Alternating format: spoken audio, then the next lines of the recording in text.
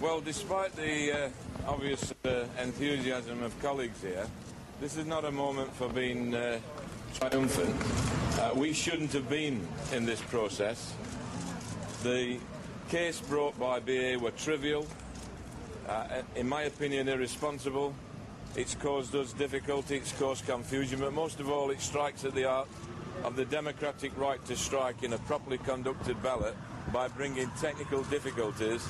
And I'm grateful to the Lord Chief Justice and Lady Justice who found very clearly that the injunction given against us was wrongly given, and that even at a full trial our probability of winning against BA's argument is substantially high.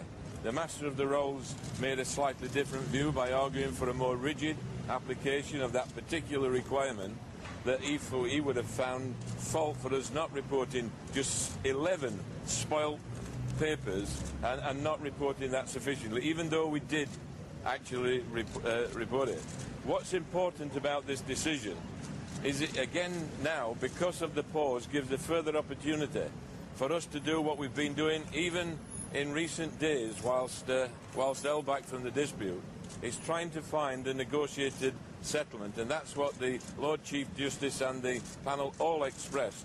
Their view is that these matters should be settled by negotiation and not in a court of law. That's what law is not there to do. Negotiation should take place.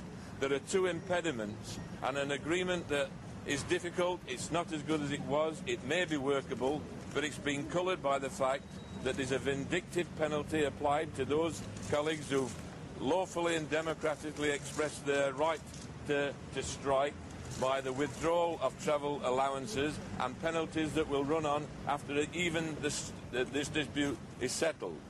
Secondly, there are 50 or 60 nearly people who have been suspended. Some, we don't know all the cases, but some clearly for very trivial and minor matters and are facing dismissal. 8 people have been dismissed. Several of our representatives are up for dismissal, and there is arguments that other people in BA, pilots and others, have made similar or even worse offences without charge, without being investigated, and there is an intimidation on our members that's causing extreme distress. Let me repeat, our colleagues who work for British Airways cabin crew aren't mad-at strikers, headbangers.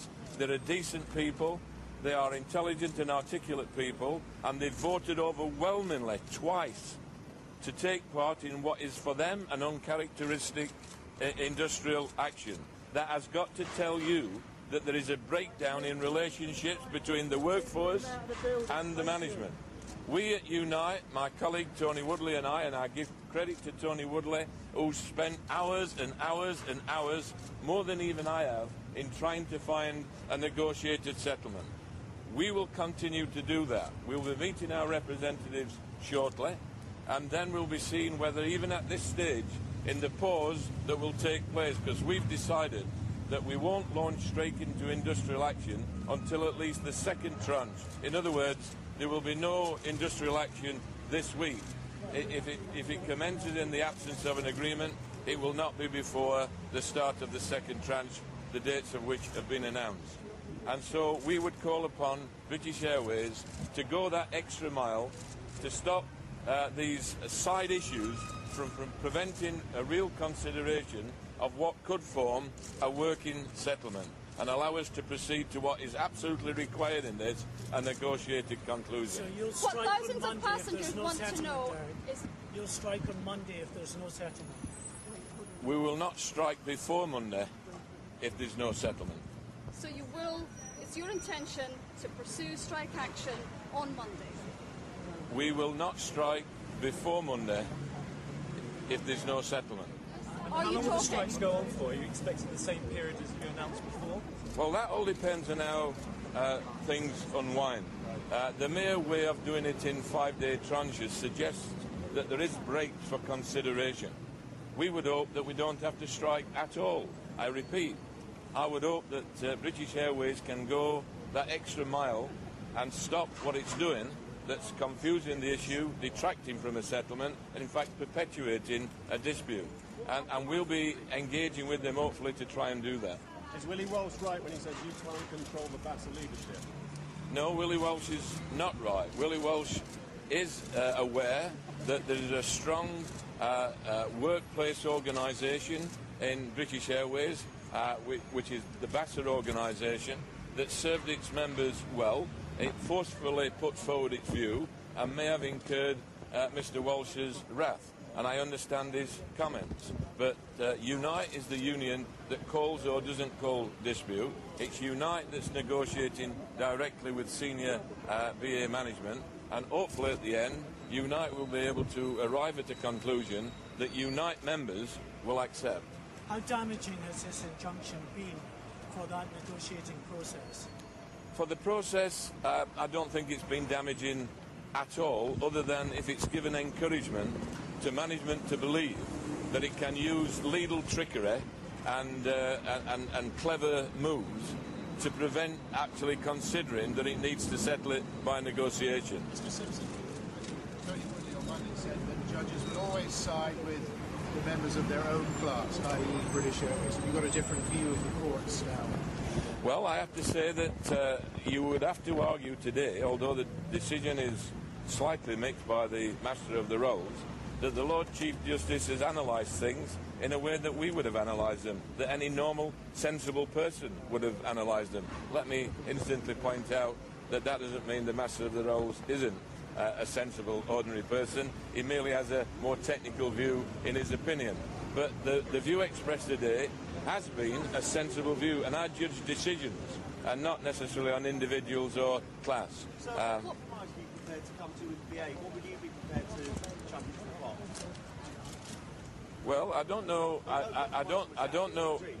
I don't know that I'm going to do the negotiations in front of a barrage of cameras. Let me assure you that we will do what is necessary, prudent, but what is acceptable to our members. And we've made statements that any arrangement has to be accepted by our members, not just by us, because they're the ones that have to work under whatever conditions we arrive at. What is the state of play with your talks with BA? Sorry? Well, Workers United have been defeated on many occasions, but anyway at the end to guarantee well, I'm not having a debate on left-wing politics. The truth of the matter is, if people don't stand up and fight, they will always lose. But even when they stand up and fight, they don't always win. Derek, what's the state of play with your negotiations with BA? Are you actively talking to them at the moment?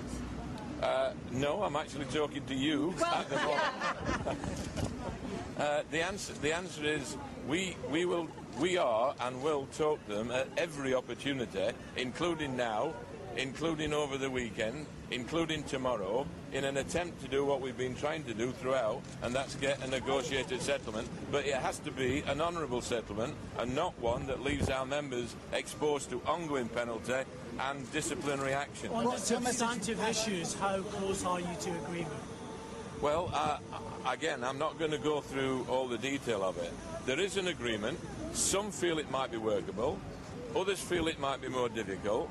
But generally speaking, it's coloured by these other issues, which makes it very difficult to debate the substantive merits of any of the particular points. What's your message? Can you rule out striking for the rest of the year if this result isn't resolved?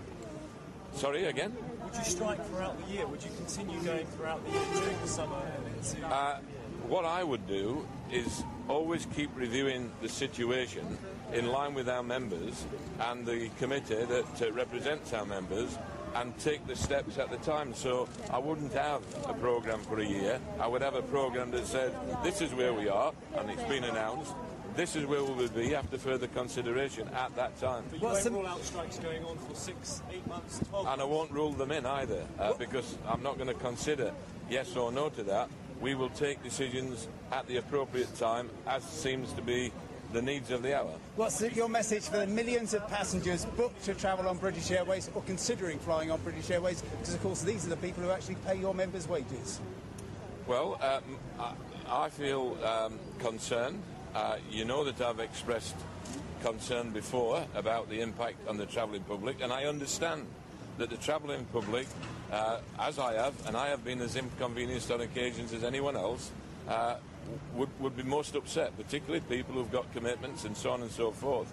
But here's the situation I would say to those who are disturbed by it, that if they in their employment had an employer impose negative change on them, they would expect to be angry about that, and they would do what they could to prevent that. And that's what cabin crew are doing in the only way they can. What I can tell the travelling public is that this union, Unite, not only stands up for its members and supports them, but will also do everything it can to avoid any industrial action, whether it causes any member of the public inconvenience or not. It's our standard form.